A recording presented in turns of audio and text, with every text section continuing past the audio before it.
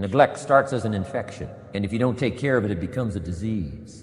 And the worst of all, when neglect starts, it diminishes our self-worth, our self-confidence, our self-value. You say, well, how can I get back my self-respect? I'm telling you, you don't have to go to 29 classes. All you have to do is start the smallest discipline that now corresponds to your own philosophy, like I should, and I could, and I will.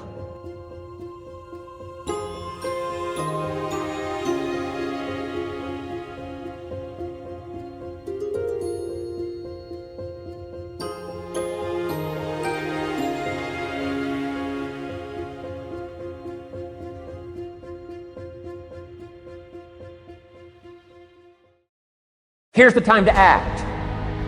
When the idea is hot and the emotion is strong.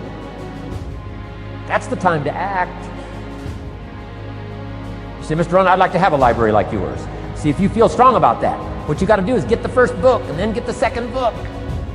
Before the feeling passes and before the idea gets dim, action pronto, action immediate, action as soon as possible. Because if you don't, here's what happens. We call it the law of diminishing intent. We intend to when the idea strikes us. We intend to when the emotion is high. But now if you don't translate that into action fairly soon, now the intent starts to diminish. And a month from now, it's cold. A year from now, can't be found. So act. Set up a discipline when the emotions are high and the idea is strong and clear and powerful. That's the time to set up the discipline. Somebody talks about good health and you're stirred. Say, right, I need to get a book on nutrition. Get the book before the idea passes and before the emotion gets cold. Go for the book. Start the library. Start the process. Fall on the floor. Do some push-ups. Action. Got to take action. Otherwise, the wisdom is wasted. Otherwise, the emotion soon passes. Unless you put it into a disciplined activity. Capture it. Disciplines is called how to capture the emotion and how to capture the wisdom and translate it into equity. Disciplines. Now here's what's important about disciplines. All disciplines affect each other. In fact, here's a good philosophical phrase. Everything affects everything else. Nothing stands alone. Don't be naive in saying, well, this doesn't matter. I'm telling you, everything matters. There are some things that matter more than others, but there isn't anything that doesn't matter.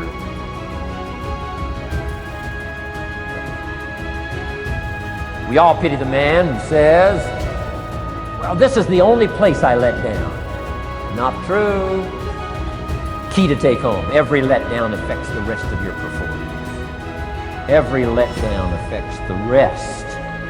This is part of the educational process on personal development. If you don't take the walk around the block, you probably won't do the apple a day. If you don't do the apple a day, you probably won't start building your library. If you don't build your library, you probably won't keep a journal, and you won't take pictures, and you won't do this, you won't do wise things with your money, won't do wise things with your time, won't do wise things with your possibilities and relationships, and the first thing you know, 6 years of that accumulated, and we say you have messed up. So the whole key to reversing that process now is to start picking up these disciplines. Now here's the positive side. Every new discipline affects the rest of your disciplines. Every new one affects the rest. That's why action is so important. The least action, the smallest action. Take it. Because when you start accomplishing and the value starts to return from that one action, it'll inspire you to do the next one and the next one and the next one. You start walking around the block, it'll inspire you to get an apple. Get an apple, it'll inspire you to get a book. Get a book, it'll inspire you to get a journal. Get a journal, it'll inspire you to grow, develop some skills. All disciplines affect each other. Every lack affects the rest. Every new affects the rest. The key is to diminish the lack and set up the new. And you've started a whole new life process. Key. Also, one more thought on discipline. Here's the greatest value of discipline. Self-worth. Self-esteem. People are teaching self-esteem these days, but they don't connect it to disciplines. The least lack of discipline, and it starts to erode our psyche. One of the greatest temptations is to just ease up a little bit, right? the slightest lack of doing your best starts to erode the cycle. Instead of doing your best, doing just a little less than your best. Sure enough, you say, well, it's just going to affect my sales. No, it's going to affect your consciousness. It's going to affect your philosophy. Now you've begun in the slightest way to affect your own philosophy. Here's the problem with the least neglect. Neglect starts as an infection, and if you don't take care of it, it becomes a disease. And the worst of all, when neglect starts, it diminishes our self-worth, our self-confidence, our self-value. You say, well, how can I get back my self-respect? I'm telling you, you don't have to go to 29 classes. All you have to do is start the smallest discipline that now corresponds to your own philosophy, like I should, and I could, and I will. No longer will I let neglect stack up on me so that I will have the sorry scenario 6 years from now, giving some excuse instead of celebrating my progress. That's the key to discipline. Okay? Let's get kids involved in the least of disciplines.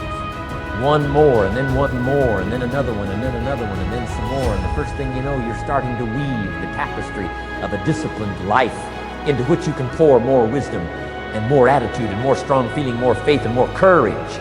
Now you've got something, a vessel in which to put it. And now the equities start to flow. And the early return, I'm telling you, if you'll start this process, the early return will have you so excited, you'll commit yourself to this strategy for the rest of your life. You'll never go back to the old ways. Join a new crowd, join a new group. The disciplines to do it, take action. I recommended the last time I was here, the little book, Richest Man in Babylon, and I said, I've lectured now to over 3 million people in the last 33 years, and I've recommended this little book to almost all of them, I think. Guess how many have actually gone and got this little book? Answer, very few. My best guess is 10%. Such an easy thing to do. In that last seminar, right, I suggested this little book, number one, is easy to find. Number two, it's easy to buy. The most you can pay for it, $6, $7, $8. You can borrow that from your kids. And number three, it's easy to read. It's in story form. That's why I use it for teenagers, teaching them how to be rich by 40, 35 if you're extra bright, much sooner if you find a unique opportunity. But if it's easy to find and easy to buy, and if it's easy to read, why wouldn't everybody go get it? We don't know. What do you know? You don't know. I don't know. Nobody knows. Here's how profound it is. Some do and some don't. Now here's the numbers. About 10% do. 90% don't or won't.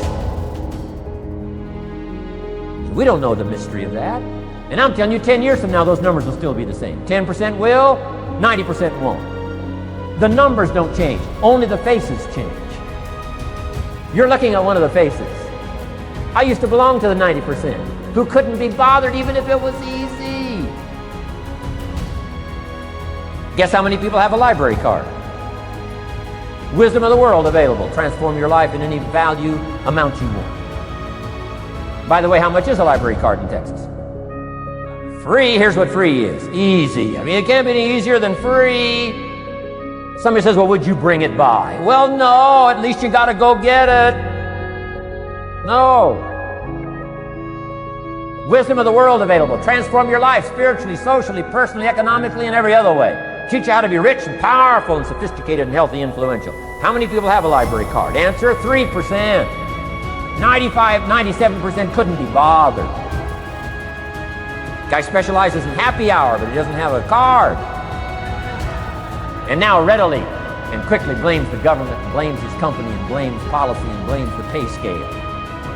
When if he only knew, if he joined the 3%, here's my advice to you today. Walk away from the 97%. Don't talk like they talk. Don't act like they act. Don't go where they go. Don't specialize in what they specialize in. Throw away the blame list they cling to. Start you a new life. You say, well, is it as simple as getting a library card and join the 3%? And the answer is, of course, of course. That's how easy this stuff is. This is so easy. It's so simple. It's not complex. You don't need a 2,000-year-old guru. You don't need multi-track affirmations. I'm telling you, don't. Affirmation without discipline is the beginning of delusion. Key. Don't let somebody sweep you into some contrary way to nature itself says, unless you labor, the miracle of the seed and the soil and the seasons and God and all the other stuff that's available, sunshine and rain, that's not available to you by affirmation. It is only available to you by labor. So labor well. Okay. Learn well. Discipline yourself well. And you can have all the treasures you want. This stuff's easy and simple. It's not ocean waves and seagulls. You don't have to move to Sedona where all the force fields come together in Arizona. Let's teach our kids the simple ways to transform their health, number 1. Their economics, number 2. Their ability to communicate, number 3. Their life and treasure and lifestyle, number 4. Spirituality, number 5. And the list goes on and on. Let's not leave out any of the least of disciplines that encourage us to do the next one, to do the next one, to do the next one. First thing you know, this whole scenario for you is spinning up instead of out of control on the negative side. This is all you got to do. It's as simple as this. It's as simple as a start, committing yourself to life change. And once you start down this road, I promise you, you'll join the 10% and the 3%.